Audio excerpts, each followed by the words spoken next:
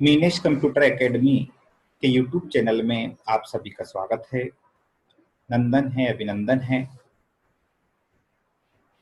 जैसे कि मैंने पिछले वीडियो में आप सबको बताया था कि अगला वीडियो मैं आपके लिए HTML के एक पूरे ओवरव्यू का वीडियो बनाऊंगा। ये वीडियो आपका पूरा HTML का ओवरव्यू बताएगा। अर्थात आपने अभी तक जितने भी वीडियो देखे हैं, जो भी वीडियो मैंने आपको बनाए हैं, एक एक वीडियो को आपने देखा है, नोट्स भी आपने पढ़े होंगे। उन सब को देख करके मेरे को लगा कि एक कॉमन वीडियो मैं आपके लिए बनाऊं, जिसको देख करके आप पूरे HTML का ओवरव्यू समझ सकें और उसी को समझ करके आप उसके एग्जाम्पल के साथ पूरे HTML को प्रैक्टिकली करके आराम से देख सकते हैं और उसकी जो भी इम्पोर्टेंट कंटेंट HTML के अंदर होते हैं, उन सब चीजों को एक एक करके एक ओवरव्यू के माध्यम से मैं आपको समझाना चाहता हूं, ताकि अगर ये ओवरव्यू आप देख लो तो आपको कोई भी HTML के बारे में लिखने में, उसका प्रैक्टिकल करने में, उसके कंटेंट की लिस्ट बनाने में और किसी भी चीज को जो है इंट्रोड्यूस करने में आपको दिक्कत ना आए। उसके अंदर जितनी भी चीजें हैं सिलेबस के हिसाब से या HTML सीखने के अनुसार, तो ये वीडियो आपके लिए बहुत ही इंपॉर्टेंट वीडियो होने वाला है, क्योंकि अगर इस वीडियो को आप देख लेंगे तो आप मोटे मोटे सभी चीजें इसके अंदर की सीख पाएंगे। जो मुख्य मुख्य कंटेंट हैं वो मैंने इस वीडियो के अंदर लिए हैं और उनका ओवरव्यू भी जो है मैंने एक एक करके एग्जाम्पल के माध्यम से समझाया है। एक ही स्क्रीन पर मैंने उसका पूरा सैंपल लिया है और पूरे वीडियो का सैंपल बताया है आप लोगों के लिए, और एक एक चीजों को मैं थोड़ा सा स्पेसिफाई आप लोगों के लिए करूंगा। तो आप ये वीडियो पूरा देखिए ताकि पूरा HTML आपको समझ में आ जाए। जो भी स्टूडेंट माखनलाल यूनिवर्सिटी से PGDCA या DCA के सेकंड सेमेस्टर कर रहे हैं, उसमें जो आपका सेकंड पेपर है इंटरनेट एंड वेब डिजाइनिंग या इंटरनेट ई कॉमर्स वाला जो पेपर है, उनमें उन स्टूडेंट के लिए ये वीडियो बड़ा ही काम का है और आप सब इस वीडियो के बड़े ध्यान से देखें। एक एक चीजें मैं आपको इसमें स्पेसिफाई करने वाला हूं ताकि पूरा ओवरव्यू आपको समझ में जाए। तो चलिए स्टार्ट करते हैं। सामने स्क्रीन पर आप देख रहे हैं एक ओवरव्यू ऑफ HTML का पूरा ओवरव्यू है, जिसमें पूरे कंटेंट की लिस्ट मैंने यहाँ पे बनाई है। इसमें सबसे पहले इंट्रोडक्शन, टैग्स, एट्रीब्यूट क्या होते हैं, उसका सिंटैक्स भी दिया गया है, सेक्शन कौन कौन से होते हैं HTML के अंदर, उसके बेसिक टैग कौन कौन से हैं HTML के, और अदर इंपोर्टेंट टैग कौन कौन से होते हैं जो ज्यादातर HTML के अंदर काम में आते हैं, HTML का वेब पेज वेब डिजाइनिंग के लिए काम करने के लिए। तो वो पूरे टैग की लिस्ट यहाँ पे दी गई है, अलग अलग टैग के नाम यहाँ पे दिए गए हैं जो कि इंपॉर्टेंट होते हैं। दोस्तों, इस वीडियो में एक एक चीजों को थोड़ा थोड़ा मैं स्पेसिफाई करूंगा, उन चीजों को आप थोड़ा सा समझिएगा। सबसे पहले मैं HTML का आपको बता देता हूं, जो लोग पहली बार ये वीडियो देख रहे हैं या पहले के वीडियो नहीं देख पाए हैं, तो HTML जो है एक ऐसी लैंग्वेज है जिसका पूरा नाम है hyper text markup language.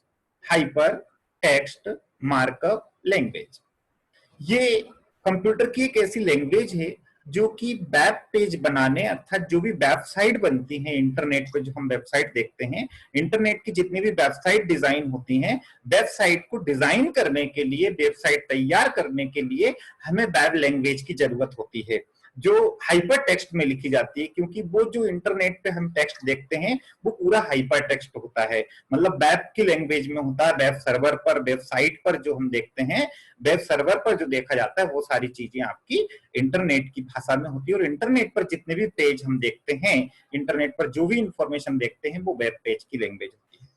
Web page की लैंग्वेज में लिखी हुई इंफॉर्मेशन होती है। और वेब पेज निर्माण करने के लिए, वेब पेज बनाने के लिए, वेबसाइट बनाने के लिए सबसे बेसिक और सबसे इंपॉर्टेंट जो लैंग्वेज है वो है HTML, hyper text markup language.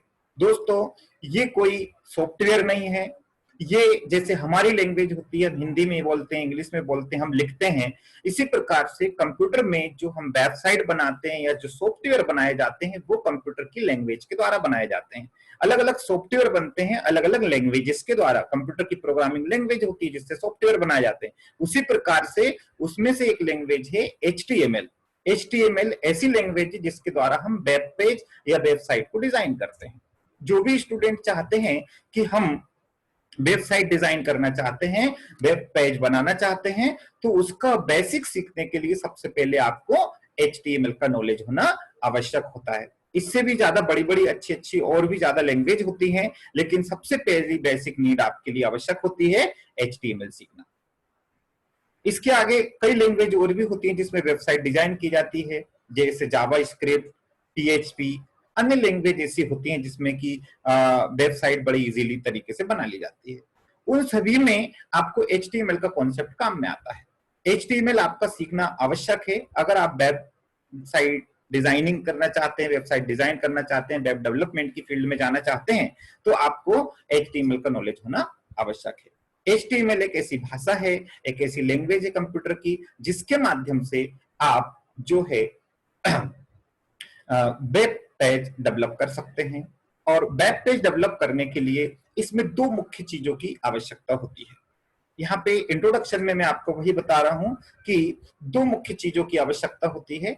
एक तो हमें वेब पेज वेबसाइट डेवलप करने के लिए, चूंकि एक लैंग्वेज है, ये कोई सॉफ्टवेयर नहीं है, तो इस लैंग्वेज को हम किसी न किसी टूल में, किसी न किसी सॉफ्टवेयर में या किसी न किसी प्रोग्राम के अंदर लिखते हैं।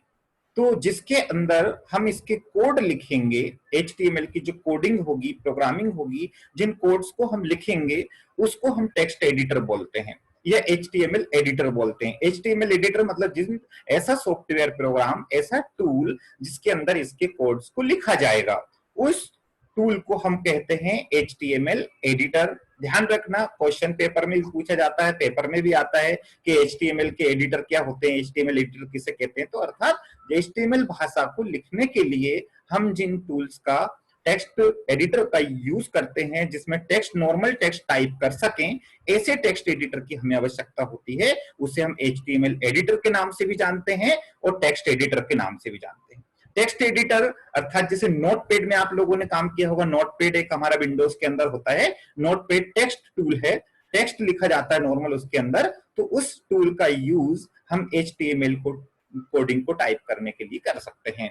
तो एक तो टेक्स्ट एडिटर की जरूरत होगी जिसके अंदर हम इस भाषा को टाइप करेंगे, भाषा में कोड लिखेंगे। और दूसरी जरूरत होगी, हम जब इसके अंदर प्रोग्रामिंग करेंगे टेक्स्ट एडिटर में लिख करके, जब इसके वेब पेज को बना लेंगे कोडिंग लिख करके, तो उस कोडिंग को, लिखे हुए पेज को हम ब्राउज करके देखेंगे। मतलब इंटरनेट पर जो वेबसाइट देखी जाती है, अर्थात एक हमें वेब ब्राउजर की आवश्यकता पड़ेगी। उस वेब ब्राउजर की आवश्यक्ता होगी, जो कोड हम लिखेंगे नॉर्मल टेक्स्ट एडिटर नोटपैड के अंदर, उसी कोड को फिर हम ब्राउज करके देखेंगे वेब ब्राउजर, अर्थात जैसे गूगल क्रोम आपने नाम सुना है या मोजिला फायरफॉक्स नाम सुना है, ऐसे टेक्स्ट ब्राउजर पर हम इस पेज को जो बनाएंगे उसको आप जो है व्यू करके देखेंगे, उसको ब्राउज करके देखेंगे कि हमने जो कोड लगाए हैं उस कोड के अनुसार वेब पेज पर वो चीज आपकी वेब ब्राउजर पर दिखाई दे रही है या नहीं दिखाई दे रही है। जितनी कोडिंग हम करेंगे वो सारी कोडिंग वेब ब्राउजर पर हमें दिखाई देगी। ओके,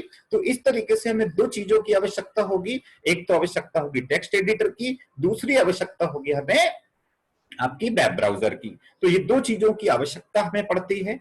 और कंप्यूटर पर ये दोनों चीजों का, अच्छा नॉलेज की आवश्यकता क्या होती है कि बेसिक कंप्यूटर का नॉलेज हमें होना चाहिए, थोड़ा टाइपिंग का नॉलेज होना चाहिए, मतलब नोटपैड वगैरह इसमें काम करना आना चाहिए, फाइल को सेव करना आना चाहिए, ओपन करना आना चाहिए, फोल्डर वोल्डर बनाना, ये सारे छोटे मोटे जो आवश्यकताएं होती है कंप्यूटर पर, वो सारी चीजें हमें आनी चाहिए। इतना ज्यादा डीपली नॉलेज, बहुत ज्यादा टेक्निकल नॉलेज की आवश्यकता इसके अंदर नहीं रहती है।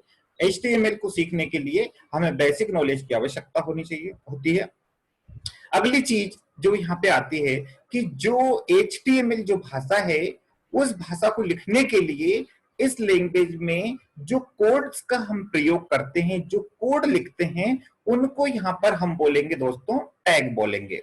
यहाँ पे हम उनको, यहाँ पे जैसे आप देख रहे हैं स्क्रीन पे टैग लिखा है, तो दूसरी चीज जो होगी HTML भाषा को सीखने के लिए हम टैग का प्रयोग करेंगे। टैग जो लिखेंगे, टैग बनते हैं, जो भी प्रोग्रामिंग करेंगे, जो भी इंफॉर्मेशन कुछ भी लिखना होता है, वो सारी इंफॉर्मेशन जो हम वेबसाइट पर देखते हैं वो किसी न किसी टैग के रूप में लिखी जाती है, टैग में लिखी जाती है। अगर आपको टाइटल लिखना है तो उसके लिए टैग की आवश्यकता होगी, आपको इमेज लगाना है तो उसके लिए टैग की आवश्यकता होगी, आपको टेबल बनाना है तो उसके लिए टैग की आवश्यकता होगी, आपको लिस्ट बनाना है तो आपको टैग की आवश्यकता होगी। जैसे माइक्रोसॉफ्ट वर्ड में हम पेज पूरा इंफॉर्मेशन लिखने बाद उसकी फॉर्मेटिंग करते थे, बहुत बोल्ड, इटैलिक, अंडरलाइन, पेज की बॉर्डर ऑर्डर, जितनी भी फॉर्मेटिंग जैसा डॉक्यूमेंट को सेटअप हम जमाते थे, उसी प्रकार से यहाँ पे सेटअप जमाने के लिए हमें हर एक काम को करने के लिए किसी न किसी टैग की आवश्यकता पड़ेगी। तो यहाँ टैग एक चीज होगी, और टैग के साथ साथ उसमें किस प्रकार की इंफॉर्मेशन हमें डालना, उसके लिए हमें उसके एट्रीब्यूट की आवश्यकता पड़ेगी। एट्रीब्यूट मतलब टैग के अंदर टैग की भी कुछ प्रॉपर्टीज होती हैं, टैग की भी कुछ प्रॉपर्टीज होती हैं, टैग के कुछ अपने गुण होते हैं, उन गुण को साथ में दर्शाने के लिए हमें एट्रीब्यूट लगाने की आवश्यकता होती है। मतलब HTML के अंदर टैग्स होते हैं और टैग के अंदर भी उनके खुद के गुण होते हैं जिन्हें हम एट्रीब्यूट के नाम से जानते हैं। जैसे अगर हमें मान के चलिए कि एक नीनेश कंप्यूटर एकेडमी एक टेक्स्ट लिखना है, तो उसके लिए हमें एक हेडिंग टैग की जरूरत पड़ेगी। यहाँ पे जैसे आप देख रहे होंगे कि हेडिंग टैग जैसे यहाँ पे दिखाया है, हेडिंग टैग मतलब हेडिंग के रूप में हमें टेक्स्ट को लिखना है, तो H1 टैग हम लगाएंगे, और उस टैग को हम चाहते हैं कि नीनेश कंप्यूटर एकेडमी बीच में दिखे, हेडिंग के रूप में तो दिखेगा H1 टैग से, लेकिन H1 टैग की जो टेक्स्ट होगा, मतलब मीनेश कंप्यूटर एकेडमी जो इंफॉर्मेशन होगी वो पेज के बीच में दिखे, इसके लिए बीच में दिखे, तो बीच में दिखने के लिए हमें उसका अलाइनमेंट, मतलब हम जब वर्ड में मैटर लिखते थे, टेक्स्ट लिखते थे, तो लिख दिया, उसके बाद हमें उसे बीच में दिखाना हो तो उसके लिए हम उसका टेक्स्ट का अलाइनमेंट, पैराग्राफ को अलाइन करते थे। यहाँ पे पैराग्राफ अलाइन करने के लिए हमें अलाइन नाम का एट्रीब्यूट लगाना होगा, और उसको जो है सेंटर, लेफ्ट, राइट जो भी करना है उसकी वैल्यू स्पेसिफाई करना होगा। तो यहाँ पे जो भी हम सिंटेक्स यहाँ पे दिया गया है कि एट्रीब्यूट का हम नाम लिखेंगे, और सॉरी यहाँ पे जो है थोड़ा सा सिंटेक्स गलत लिखा गया है मेरे से, तो थोड़ा मैं आपको यहाँ पे करके बता देता हूँ। थोड़ा एक्चुअल में यहाँ पे जो है बराबर का चिन्ह आता है, यहाँ पे एट्रीब्यूट के नाम में बराबर का चिन्ह आता है, मतलब एट्रीब्यूट का नाम होगा और साथ के साथ बराबर का निशान होगा और उसकी वैल्यू लिखी जाएगी, जो कि आगे मैं आपको एग्जांपल में समझाऊंगा, ठीक है ना। तो ये यहाँ पे जो है एट्रीब्यूट लगेंगे। दूसरी चीज, HTML के जो सेक्शन है, HTML पूरे HTML को कितने भागों में बांटा जाता है, तो HTML के पूरे वेब पेज को 3 भागों में बांटा जाता है। पहले भाग को हेड वाला पोर्शन बोलते हैं, सबसे ऊपर का जो पोर्शन होता है वेब पेज का उसे अपन हेड बोलते हैं। बीच में जो पेज हमें वेबसाइट दिखाई देती है वो आपका बॉडी सेक्शन होता है, और नीचे नीचे का जो सेक्शन होता है उसे हम फुटर सेक्शन बोलते हैं, मतलब नीचे वाला सेक्शन बोलते हैं, फुटर हिस्सा होता है। पेज का ऊपर वाला हिस्सा, पेज के नीचे वाला हिस्सा, और पेज की पूरी बॉडी मतलब बीच का जो हिस्सा होता है वो आपका बॉडी सेक्शन कहलाता है। तो ये 3 सेक्शन में आपका HTML पेज बटा होता है। दूसरा, आगे दिए गए हैं कि जो भी वेब पेज हम बनाते हैं उसके अंदर वेब पेज को बनाने के लिए कौन कौन से बेसिक टैग की आवश्यकता, मतलब कुछ इंपोर्टेंट टैग ऐसे हैं जिसके बिना वेब पेज बन ही नहीं सकता। मतलब कोई भी वेब पेज बनाने के लिए HTML में कम से कम इन टैगों की आवश्यकता होती है। ये मुख्य टैग भी कहलाते हैं और बेसिक टैग भी कहलाते हैं, इनके बिना हम कोई वेब पेज नहीं बना सकते हैं। अंदर जितने भी हम काम करेंगे वो काम तो आपके अलग होंगे जरूरत के अनुसार, लेकिन प्रथम बात होती है कि आपको कोई वेब पेज अगर बनाना है तो कम से कम उसके बेसिक टैग उसके अंदर होने चाहिए, वो अनिवार्य है। तो यहाँ पे बेसिक टैग में HTML टैग दिया है, हेड टैग दिया है, टाइटल टैग दिया है और बॉडी टैग दिया है। Head tag, HTML tag, title tag और बॉडी टैग, ये 4 टैग ऐसे मुख्य टैग हैं दोस्तों जिनके बिना हम वेब पेज बनाने की कल्पना भी नहीं कर सकते। मतलब कोई भी वेब पेज बनाएंगे तो ये 4 टैग हमें लगाने पड़ेंगे। तो 4 टैग जो लगाएंगे, इन टैगों को मैं आगे एग्जांपल में आपको बताऊंगा कि कौन सा टैग कब लगाया जाता है और किस प्रकार से लगता है, किसके बाद कौन सा टैग लगाया जाता है और किसके बाद कौन सा टैग खत्म होता है या बंद होता है, ओके, उसके बाद अगले tag some other important tag भी दिए गए हैं। मतलब जो HTML का पेज बनेगा उसमें जो हम अलग अलग हेडिंग्स लगाते हैं उसके लिए हेडिंग टैग आपको यहाँ पे दिया गया है। हेडिंग्स लगाने के लिए हेडिंग टैग दिए गए हैं। ये हेडिंग टैग जो होते हैं 1 से लगाकर 6 तक होते हैं। एक हेडिंग लिखने के लिए सबसे बड़ी हेडिंग लिखना है किसी टेक्स्ट की तो H1 लगता है, उससे छोटी हेडिंग के लिए H2 लगता है, उससे छोटी हेडिंग के लिए H3, इसी प्रकार H6 टैग होते हैं हेडिंग टैग तक। और अगला टैग जो होता है, अगर हमें फॉन्ट, जैसे वर्ड में हम फॉन्ट का टाइप चेंज करते थे, फॉन्ट का कलर चेंज करते थे, फॉन्ट का साइज चेंज करते थे, इस प्रकार से फॉन्ट की प्रॉपर्टी हमें जो भी चेंज करनी होती है, टेक्स्ट के अंदर जो इंफॉर्मेशन हम दिखाएंगे, जो टेक्स्ट दिखाएंगे, उसकी प्रॉपर्टीज को चेंज करने के लिए हमें यहाँ पे फॉन्ट टैग का उपयोग करना पड़ेगा। तो फॉन्ट टैग का उपयोग जो होता है फॉन्ट की प्रॉपर्टी चेंज करने के लिए होता है। जैसे हम फॉन्ट का कलर करना चाहते थे, फॉन्ट का साइज चेंज करना चाहते थे, फॉन्ट का फेस, फॉन्ट टाइप चेंज करना चाहते थे, जैसे वर्ड में करते थे, उसी प्रकार यहाँ पे अलग अलग फॉन्ट की टाइप चेंज करने के लिए यहाँ पे फॉन्ट टैग का यूज होगा। उसी प्रकार अगला टैग जो आपको यहाँ पे दिया गया है वो पैराग्राफ टैग है। दोस्तों पैराग्राफ के रूप में आपको इंफॉर्मेशन अगर HTML में लिखना हो तो वो पैराग्राफ टैग के द्वारा लिखी जाएगी। अगला टैग जो दिया गया है फॉर्मेटिंग टैग है। मतलब आप जो टेक्स्ट जो आप लिखते हो, इंफॉर्मेशन जो लिखते हो, उसकी अगर फॉर्मेटिंग करना हो, मतलब बोल्ड, इटैलिक, अंडरलाइन जो हम वर्ड में करते थे, उसी प्रकार यहाँ पे किसी चीज टेक्स्ट में अंडरलाइन लगाना हो, अंडरलाइन करना हो, बोल्ड करना हो या इटैलिक करना हो, तो उसके लिए हम यहाँ पे ये आपका बोल्ड, इटैलिक, अंडरलाइन टैग का यूज करेंगे। टैग लिखे कैसे जाते हैं, किस तरीके से, ये मैं आगे एग्जांपल में आपको बताऊंगा। इसी प्रकार से लिस्ट जो है बनाई जाती है, जैसे हम नंबर, बुलेट्स की लिस्ट बनाते थे, इसी प्रकार यहाँ पे लिस्ट टैग की जरूरत पड़ेगी। लिस्ट बनाई जाएगी, लिस्ट के द्वारा हम पूरे कोई भी सूची प्रदर्शित कर सकते हैं HTML के अंदर। टेबल बनाने के लिए टेबल टैग का यूज होगा और इमेज लगाने के लिए इमेज टैग का यूज होगा। फॉर्म बनाना हो, कोई यूजर से एंट्री करवाना हो, जैसे ऑनलाइन हम फॉर्म भरते हैं, उसी प्रकार कोई फॉर्म भरना हो जिससे कोई इंफॉर्मेशन सबमिट करना हो, तो उसके लिए फॉर्म टैग का यूज होगा।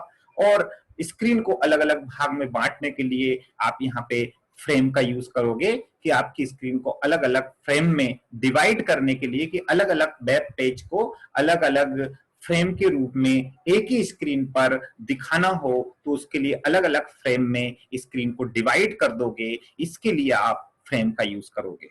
और यहाँ पे एक BR टैग दिया है। दोस्तों जब भी हम टेक्स्ट लिखते हैं, इंफॉर्मेशन लिखते हैं, तो हमें लाइन चेंज करने की आवश्यकता होती है, लाइन को ब्रेक करने की आवश्यकता होती है। लाइन ब्रेक करने के लिए हम यहाँ पे BR टैग का यूज करेंगे। तो ये इंपॉर्टेंट टैग हैं। इसका, इन सभी का आगे एक एग्जाम्पल से मैंने आपको समझाया है, एग्जाम्पल बड़े अच्छे से आप समझना। तो आगे जो है अगला एग्जाम्पल जो आपको दिया गया है यहाँ पे, ये एक पोर्शन जो मैंने प्रेजेंटेशन में बताया है, यहाँ पे ये पूरा का पूरा एग्जाम्पल कोड रन है और ये पूरा का पूरा नोटपैड में मैंने ये कोड को लिखा था।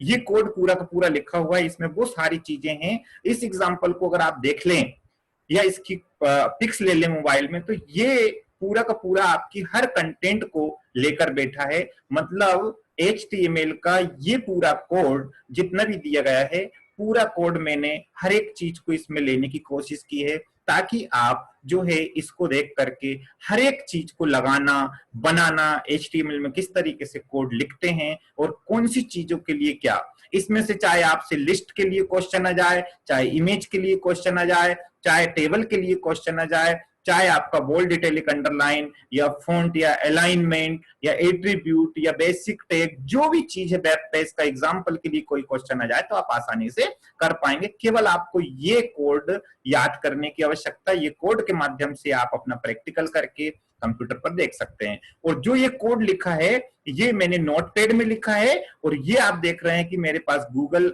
मोजिला फायरफॉक्स पर की स्क्रीनशॉट मैंने यहाँ पे लिया। मैंने इस कोड को लिखने के बाद नोटपैड में और उसको ब्राउज करके यहाँ पे ब्राउजर पर देखा, तो मेरा ये कोड जो मैंने लिखा है, इससे मेरा ये वेब पेज बना है। और ये वेब पेज इस प्रकार से बना हुआ मेरा दिख रहा है आपको, इसका कलर भी दिख रहा है, इसकी हेडिंग जो लिखी वो दिख रही है, लिस्ट भी दिख रही, पिक्चर भी लगाई मैंने, यहाँ पे टेबल भी बनाई और यहाँ पे कुछ फॉर्म भी मैंने लगाया हुआ है। तो ये सारे कंटेंट आप जो देख पा रहे हैं, ये इस कोड का आउटपुट है। आप समझ रहे हैं बात यहाँ पे कि ये जो कोड मैंने लिखे हैं नोटपैड में, HTML की भाषा में ये मैंने कोडिंग की है कि इंटरनेट पर दिखाने के लिए मुझे ये इस भाषा में, लैंग्वेज में मैंने यहाँ पे नोटपैड में लिखा है, और उसके बाद उसको ब्राउज करके मैंने ब्राउजर पर देखा है तो मुझे उसका आउटपुट इस रूप में दिखाई दिया। चलिए तो इसको एक एक करके यहाँ पे मैं आपको बताता हूं ताकि आपका कॉन्सेप्ट क्लियर हो जाए। दोस्तों सबसे पहले वेब पेज जब मैं बनाता हूं नोटपैड में, सबसे पहले वेब पेज बनाने के लिए HTML टैग लिखता हूं। जितने भी ये छोटे वाले ब्रैकेट्स जो दिख रहे हैं, ये ब्रैकेट आपको दिख रहा है, ये वाला ब्रैकेट ही टैग है। आपको यहाँ पे जो मैं पीछे बता रहा था कि टैग में कोडिंग की जाती है, जितनी भी कोडिंग की जाती है, यहाँ पे जो ब्रैकेट आपको दिख रहा है ये ब्रैकेट ही टैग है। ये वाले ब्रैकेट में जो भी चीज लिखी जाती है वो आपके टैग होते हैं, और टैग में ही टैग के माध्यम से ही सारी प्रोग्रामिंग करते हैं हम। ये टैग नहीं लिखेंगे, टैग नहीं लगाएंगे तो कोई HTML नहीं होता है। HTML मतलब टैग, टैग में ही हर चीज आप लिखोगे, हर काम टैग के माध्यम से ही करोगे। तो टैग किस तरीके से लगाते हैं, ये आपका टैग है ब्रैकेट के अंदर, HTML टैग बोलेंगे इसको हम, इस पूरे को बोलेंगे HTML टैग। तो यहाँ पे ये वाला साइन लगा है, फिर ये वाला साइन लगा, इसके अंदर ये टैग का नाम लिखा है HTML टैग। आप देख रहे होंगे सभी टैग में ये चीज लगी हुई है, आप देख रहे होंगे कि सब टैग मेरे ये हैं। दोस्तों दो प्रकार से टैग की चीज होती है, टैग ओपन होता है तो इस तरीके से होता है, और जो टैग ओपन होता है HTML के अंदर वो टैग बंद भी जरूर होता है। ये मैं आपको बिल्कुल क्लियर बता रहा हूं कि जो टैग HTML में ओपन होगा उसे बंद भी करना पड़ेगा। HTML सबसे पहले स्टार्ट होता है, यहां आप देख रहे हैं, और जब हमारा काम हो जाता है लास्ट में तो यहाँ पे सबसे बाद में बंद होता है। टैग को बंद करने के लिए स्लैश का निशान इस टैग के नाम के पहले लगाया जाता है। टैग का जो नाम HTML लिखा है इसके पहले स्लैश का साइन है, जहां भी स्लैश के साथ टैग बंद होता है और बिना स्लैश के टैग का नाम लिखा जाता है वो आपका टैग ओपन होता है। तो ये चीज आपको क्लियर समझ में आ गई होगी कि टैग को कैसे स्टार्ट करते हैं और टैग को कैसे बंद करते हैं। तो टैग को इस तरीके से स्टार्ट किया जाता है और एंड में टैग को बंद इस तरीके से किया जाता है। जो भी टैग चालू होगा वो बंद जरूर होगा, ये मेरी बात आप समझ लेना, केवल BR टैग को छोड़ करके। BR टैग जो ब्रेक लाइन करने वाला होता है वो टैग छोड़ करके आपका टैग सभी बंद जरूर होंगे, चालू होंगे। बंद करने के लिए और चालू करने के लिए आपके पास मैंने बता ही दिया है कि टैग आपका चालू कैसे होगा और बंद कैसे होगा। इसी प्रकार ध्यान दें, सबसे पहले हम हर एक वेब पेज जब भी बनाएंगे तो सबसे पहले HTML टैग लिखेंगे और सारा काम करने के अंत में लास्ट में आपका HTML टैग बंद होगा। अगला चलते हैं, HTML टैग के जस्ट बाद आपका हेड टैग ओपन होता है, और हेड टैग जो होता है ये हेड टैग का यूज होता है कि वेब पेज जो हम बना रहे हैं उसकी हेडिंग वाला जो पोर्शन मैंने बताया था उस पोर्शन में आप क्या इंफॉर्मेशन लिखना चाहते हो, हेडिंग वाले पोर्शन को स्पेसिफाई करने के लिए हेड टैग का यूज होता है। हेड टैग में हम अगला टाइटल टैग ले रहे हैं, हेड टैग के अंदर टाइटल टैग होता है। टाइटल टैग में हम टाइटल मतलब शीर्षक लिखते हैं, हेडिंग टैग क्या शीर्षक लिखना चाहते हैं वेब पेज का वो हम यहाँ पे लिखते हैं। तो टाइटल टैग में हमने टाइटल लिखा, जैसे मैंने यहाँ पे लिख दिया माई वेब पेज।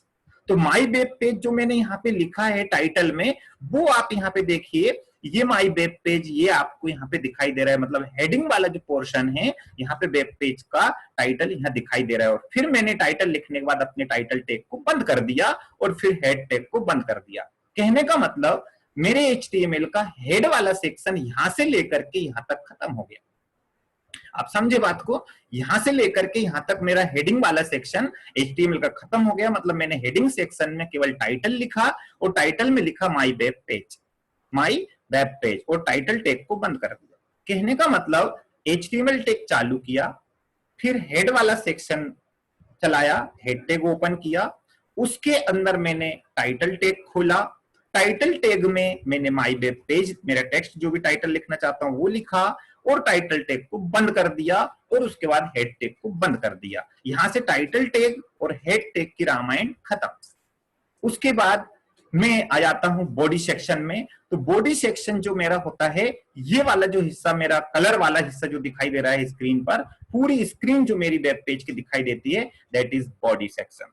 ये वाला पूरा सेक्शन बॉडी सेक्शन होता है। जितनी भी इंफॉर्मेशन मेरी यहाँ पे दिखाई दे रही है वो सब बॉडी के अंदर है, बॉडी सेक्शन में है, वेब पेज के अंदर है। बॉडी सेक्शन चालू होता है बॉडी टैग से और उसके बाद HTML के जस्ट पहले वो खत्म होता है बॉडी सेक्शन। मतलब HTML टैग खत्म होगा, जस्ट उससे पहले HTML के पहले आपका बॉडी सेक्शन भी खत्म हो जाता है, बॉडी टैग लास्ट हो जाता है। अब सारी इंफॉर्मेशन इसके अंदर जितनी भी रामायण आपको लिखना है, जितनी भी इंफॉर्मेशन आपको लिखना है अपने वेब पेज में, वो अलग अलग प्रकार की इंफॉर्मेशन अलग अलग टैग के माध्यम से लिखी जाएगी। जैसे यहाँ पे मैंने आप अगली चीज जैसे टैग लिखना, तो आपको बताया था कि इस तरीके से आपका टैग लगता है, लेकिन टैग के साथ टैग के कुछ गुण भी हमें स्पेसिफाई करते हैं। मतलब ये मेरा बॉडी सेक्शन है, इस बॉडी सेक्शन का जो बॉडी सेक्शन तो मेरा है, तो बॉडी टेक्स्ट से मैंने बता दिया बॉडी टैग के द्वारा, लेकिन इसके साथ लिखा है BG कलर बराबर इन्वर्टेड कोमा के अंदर स्काई ब्लू। मतलब मैंने ये जो चीज इतनी स्पेसिफाई की, टैग तो ये यहां से लेकर के यहां तक है, ये देख रहे हो आप, लेकिन यहाँ पे ये बॉडी नाम का टैग जो है, इस टैग के बाद स्पेस दे करके मैं किसी भी टैग का एट्रीब्यूट स्पेसिफाई कर रहा हूं, जिसमें ये बता रहा हूं कि मेरी बॉडी का जो बैकग्राउंड कलर होगा वो स्काई ब्लू होगा। अर्थात टैग की एक्स्ट्रा प्रॉपर्टी जो मैं यहाँ पे स्पेसिफाई करता हूं उसे हम एट्रीब्यूट बोलते हैं। एट्रीब्यूट, यहाँ पर एट्रीब्यूट का ये नाम है और बराबर का चिन्ह लगाया जाता है एट्रीब्यूट के नाम के बाद, और एट्रीब्यूट के नाम के बाद में उसकी वैल्यू दर्शाई जाती है कि वो कैसा दिखेगा। एट्रीब्यूट का नाम और उसकी वैल्यू देते हैं हम। यहाँ पे बैकग्राउंड कलर मैंने स्पेसिफाई किया और मैंने उसका कलर ब्लू लिया, स्काई ब्लू लिया, तो यहाँ पे देखिएगा पूरी बॉडी का कलर स्काई ब्लू आपको दिखाई दे रहा है। तो ये क्लियर हो गया, हमेशा टैग के नाम के बाद आपका एट्रीब्यूट स्पेसिफाइड होता है, वहां पे डिक्लेयर होता है। और एट्रीब्यूट में तीन चीजें होती है, एट्रीब्यूट का नाम, इक्वल का साइन, और उसके बाद आपका एट्रीब्यूट की वैल्यू जो भी आप लगाना चाहते हैं। इसी प्रकार अन्य जगह पे भी आप देख सकते हैं, जैसे यहाँ पे H1 टैग का नाम है, अलाइन है, क्या चीज अलाइन है, मीनेश कंप्यूटर एकेडमी अलाइन है। अलाइन मतलब उसकी पोजीशन क्या होगी, सेंटर, मतलब ये मीनेश कंप्यूटर एकेडमी टेक्स्ट है, H1 है, लेकिन ये कहां दिखेगा, कैसा दिखेगा, सेंटर में अलाइन होके दिखेगा, इसलिए यहाँ पे इसका ये एट्रीब्यूट अलाइन एट्रीब्यूट है। किसी भी टैग के अंदर हम उसके जो एट्रीब्यूट होते हैं वो लगा सकते हैं, जिससे उसकी और गुणों को भी उसके साथ साझा किया जा सकता है। तो यहाँ आपको एट्रीब्यूट कैसे लगाते हैं, टैग कैसे लगाते हैं, ये आपको समझ में आया। ये चीज मैंने यहाँ पे लगाई। यहाँ पे अगला जो है मैंने फॉन्ट कलर लगाया, मतलब मीनेश कंप्यूटर एकेडमी जो होगा वो हेडिंग 1 में तो दिखेगा, मतलब हेडिंग 1 टैग का यूज किया मैंने, H1 टैग लगाया, और इसके साथ मीनेश कंप्यूटर एकेडमी आपका बीच में दिखाई दे रहा है और येलो कलर में दिखाई दे रहा है। मैंने बोला ये फॉन्ट है, टेक्स्ट तो है मीनेश कंप्यूटर एकेडमी हेडिंग के रूप में है, लेकिन ये एक फॉन्ट है, तो फॉन्ट का कलर मुझे लिखना हो, तो फॉन्ट का कलर मुझे बताना हो, तो मैं हमेशा फॉन्ट टैग का यूज करूंगा। फॉन्ट टैग के अंदर फॉन्ट का कलर, फॉन्ट का साइज और फॉन्ट का टाइप, ये तीन चीजें हम फॉन्ट टैग के अंदर देते हैं। अगर पेपर में कभी आए कि फॉन्ट टैग को समझाइए, फॉन्ट टैग क्या होता है, क्या क्या चीजें उसके अंदर डाल सकते हो, तीन चीजें उसके अंदर हम डाल सकते हैं, फॉन्ट का टाइप, फॉन्ट का नाम और फॉन्ट का कलर। ये तीन चीजें अगर हमें किसी टेक्स्ट के अंदर